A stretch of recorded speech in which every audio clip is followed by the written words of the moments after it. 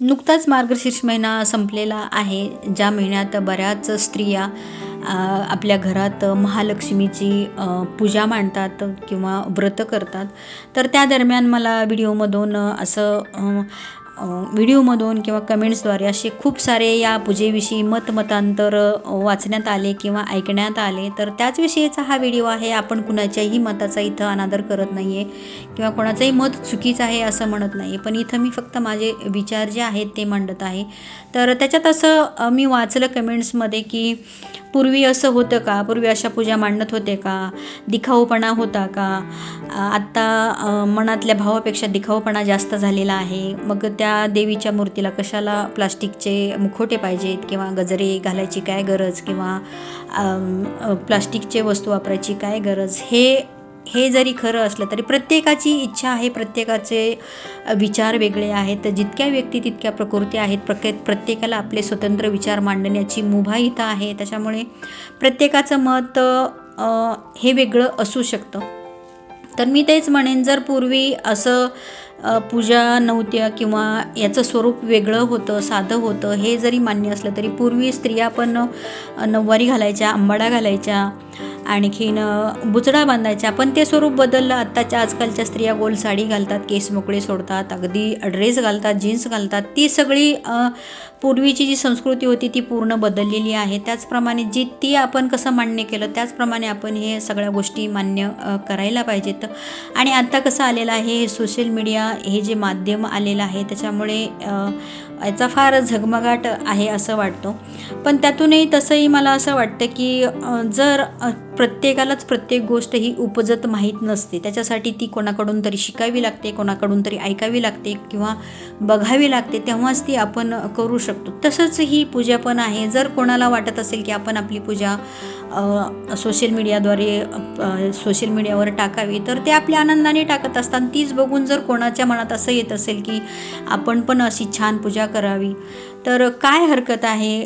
असं आपण छान पूजा मांडून जर सोशल मीडियावरती टाकली तर याच्यात दिखाऊपणाचं काय आहे. जर एखाद्याला जर ते पूजा बघून जर त्याला प्रेरणा मिळत असेल की आपणही अशीच छान पूजा मांडावी तर त्यात काय चुकीचं आहे.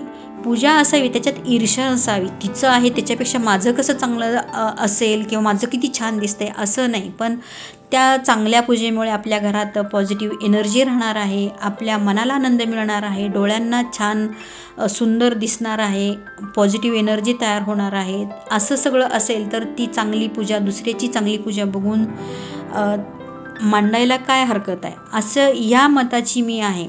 असं नाही आहे की देवाला चांगलीच पूजा साग्रसंगीतच चालते किंवा साधी चालत नाही, असं काही नाही आहे. पण आजकाल या सोशल मीडियामुळे आपल्यालाही एखादी छान पूजा वगैरे साग्रसंगीत पूजा पाहिली किंवा असं डोळ्याला छान आनंद देणारी पाहिली की आपल्यालाही असं वाटतं की आपणही त्याप्रमाणे करावी. तर त्याचप्रमाणे प्रत्येकजण करत असतं. प्रत्येकाची पद्धती ही वेगळी असते. आणि जर स्त्री ही लक्ष्मी असते, तिला जर आपण आपल्याला स्वतःला वाटतं आपण छान साडी नेसावी, छान दिसावं, छान दागिने घालावे, त्याच्यामुळे आपल्याही मनाला छान आनंद वाटतो. तर मग आपण जेव्हा आपल्या स्वतःबद्दल असा विचार करतो तेव्हा मग आपण ही पूजा मांडताना पण मग आपण असा विचार का करू नये की आपण या लक्ष्मीला पण आपण दागिने घातले किंवा गजरे घातले, तिची छान अशी पूजा मांडली तर काय हरकत आहे. ती पण छान आपल्यावर प्रसन्न होईल. जर ज्या चांगल्या गोष्टी आहेत त्या करण्यात काय वावगं आहे. तर असे माझे विचार आहेत. मी कोणाच्याही मताला मी इथं चुकीचं आहे असं म्हणत नाही आहे, पण ज्या गोष्टी चांगल्या आहेत त्या गोष्टी घ्यायला काहीच हरकत नाही. आणि आपण म्हणतो की प्लास्टिकचं गजरे किंवा मुखवटे कशाला लावायचे. तर मी तर लहानपणापासून हे बघत आलेली आहे की जेव्हा आपण ज्येष्ठागौरीचं आवाहन करतो तेव्हा गौरींना आपण पूर्वीपासून प्लास्टिकचे बॉडी वापरतो, प्लास्टिकचे हात वापरतो, त्यांनाही आपण भरपूर सारी साज शृंगार करतो. तेही आपल्या डोळ्यांना छान दिसावं.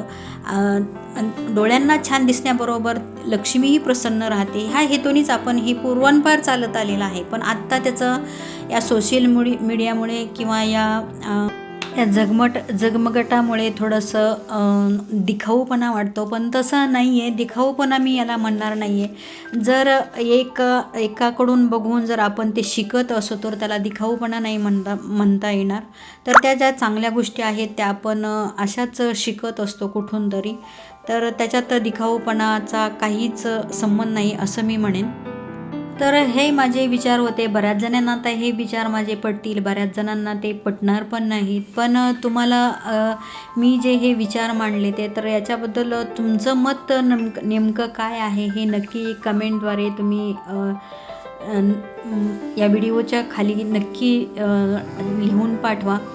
आणि व्हिडिओ जर आवडला की नाही माहीत नाही, कारण इथं मी माझे थोडेसे विचार मांडलेले आहेत. त्याच्यामुळे कित्येक जणांना आवडेल, कित्येक जणांना नाही आवडेल. कारण बरेच जण आईवडिलांची सेवा हीच खरी ईश्वर सेवा असे मानतात. कोणी समाजसेवा करतात तीच खरी ईश्वर सेवा असेही मानतात. कोणी तीर्थक्षेत्री जाऊन दर महिन्याला भेट देऊन येणं त्यालाही ईश्वरी सेवा मानतात. तर हे प्रत्येकाचे विचार आहेत, प्रत्येकाचे मत आहेत. त्याच्यामुळे कोणाला आवडेल, कोणाला नाही आवडेल माहीत नाही. आणि याच्यात जर माझ्याकडून कोणाचं नकळतपणे काही मन दुखावलं केलं असेल तर त्याच्याबद्दल मी दिलगिरी व्यक्त करते. आणि माझं मत मांडलं त्याच्याबद्दल तुम्हाला काय वाटलं ते तुम्ही नक्की मला सांगा. धन्यवाद.